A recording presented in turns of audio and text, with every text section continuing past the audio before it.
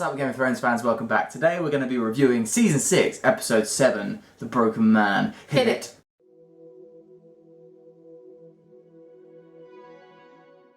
That's my line. Right, you hated this week's. Go. I wouldn't say I hated it. It was your least favourite episode, do you think? It was. But why? But why? I think I just wanted Bran. In terms of cinematography, it was one of the best episodes. The shots that you get of River Run and Bear Island. All in all, it was a kind of set-up episode. Set up this, the siege at River Run. They had to set up Cersei's destruction at King's Landing. We've got the opening scene, which didn't really feel like a Game of Thrones scene, did it? We turned on the programme and felt like I recorded something wrong. I recorded the wrong episode.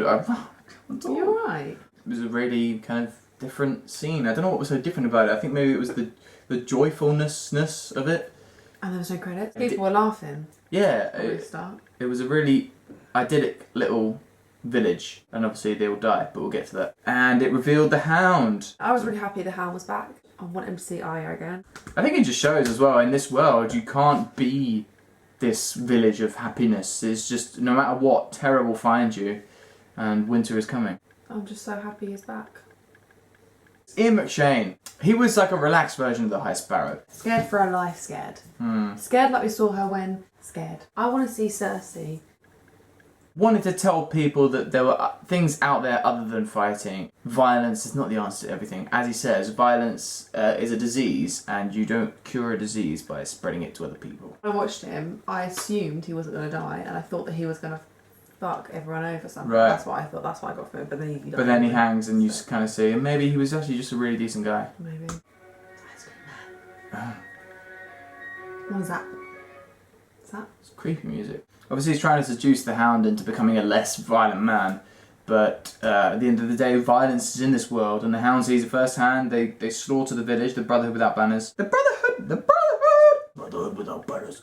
The Brotherhood Without Banners.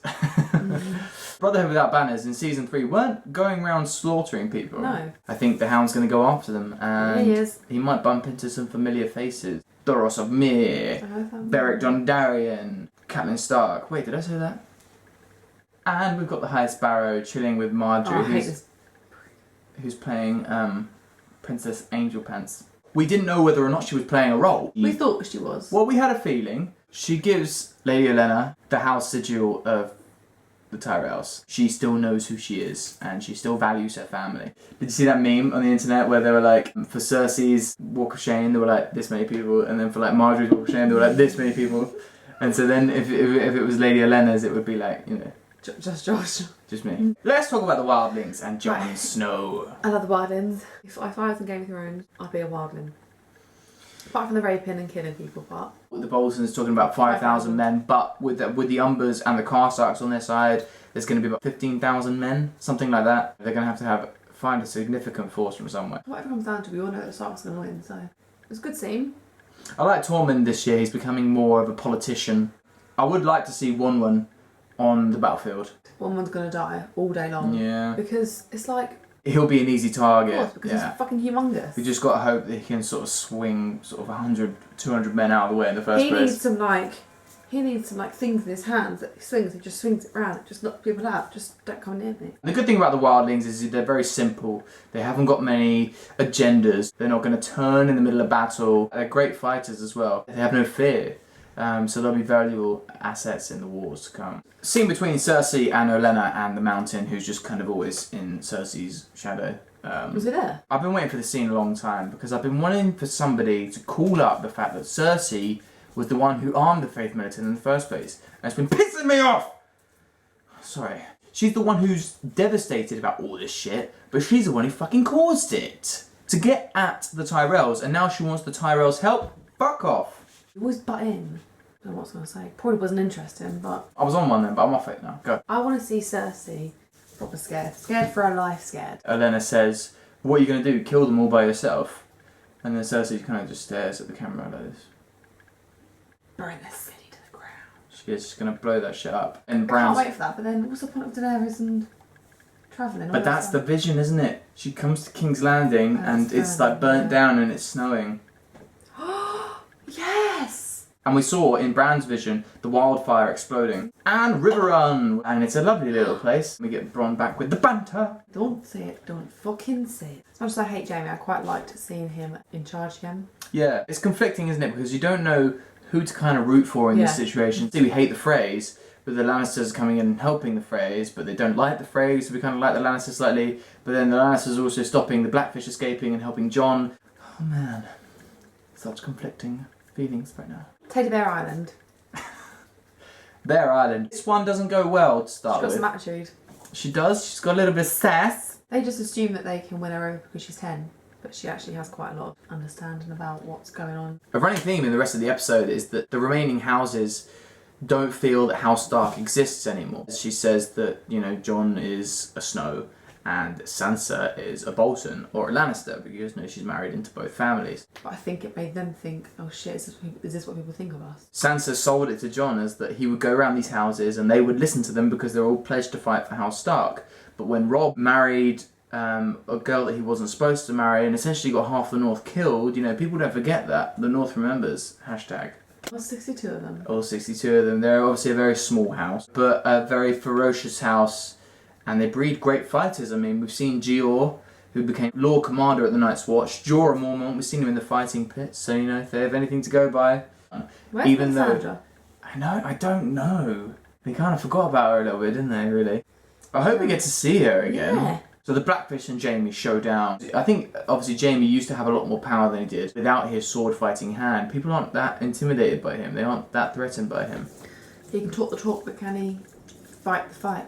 Well, he can't, or one hand. Exactly. So we're back at the Glover house, House Fist. And so they're kind of chummy with the Boltons right now.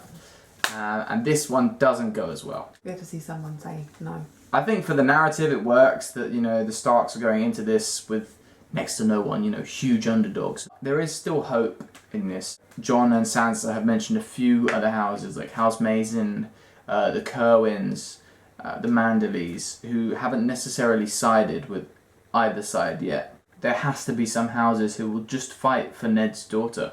Yeah. And Ned's daughter will be enough for them to fight. Okay, so the Greyjoys have actually made... Don't pull that face, we like the Greyjoys. It's just boring. It's gonna get good. I know, but Because they're on their way to meet Daenerys. Theon's going through that whole journey of trying to become himself again. Being in a brothel doesn't really help because it reminds him of the fact that he's not got a dick. Yara sees that and tells him to pull himself together. She needs him. I want Theon to marry Daenerys. There we go. I said it. What a great couple they've made. Apart from the lack of apart from the lack of If he penis. still has balls though, he could like get them some sperm out and No. I'm afraid. doesn't work like that. No, that's not how it works. He could join the Unsullied. He would definitely feel at home, I guess, with the Unsullied. And Varys. Jesus. So many lack of penises. So Jon, Sansa and Davos are back at the camp. I'm guessing that Davos is gonna pretty soon find Shireen's burnt pyre. When she went to get burned, she had the little stag that Davos made for her. Oh my god, yeah. That will be so sad. But so good. You think he will avenge Shireen, what, by killing Melisandre? Possibly. She could probably bring herself back. I don't think so. I don't think that's how it works. Arya strolling through the streets of Arya. Bravos. Is it Arya? Can we be sure? But anyway, she agrees to fly back. Fly back? Alright, mate. Board a fucking plane, will she? She basically gets acceptance onto a ship, so she's going back to Westeros. Woohoo! Except, some old lady strolls up to her and She's says, cute. "Sweet cat," and she slices her. Like, "Brr, brr, brr, brr." You were shocked, weren't you? I did not. I did I not lost see. my shit. I did not see this coming. Gotta watch our reaction video. What's next for Arya and the Wave? Well, we know they're gonna fight again because we've seen it In the trailer, in the yeah. trailer. She's probably gonna jump off a wall. You're just saying what you've seen in the trailer. Yeah, no. The Brotherhood Without Banners come back and slaughter the whole village. This is what propels the Hound onto a mission of revenge after seeing Brother Rhaegar hanged. He got hunged. Picks up that axe and off he storms. Where's he headed? Oh, bloody old Chels. Stop bloody yawning! So that concludes this week's review. I liked this episode. It was a setting up episode. And I think the sort of 7 and 8 will sort of fall hand in hand. It's like one long 2-hour episode. Really excited for next week. So, thanks very much for watching this week's episode, guys. If you like what you see, then please like, subscribe, and comment. And until next time, peace.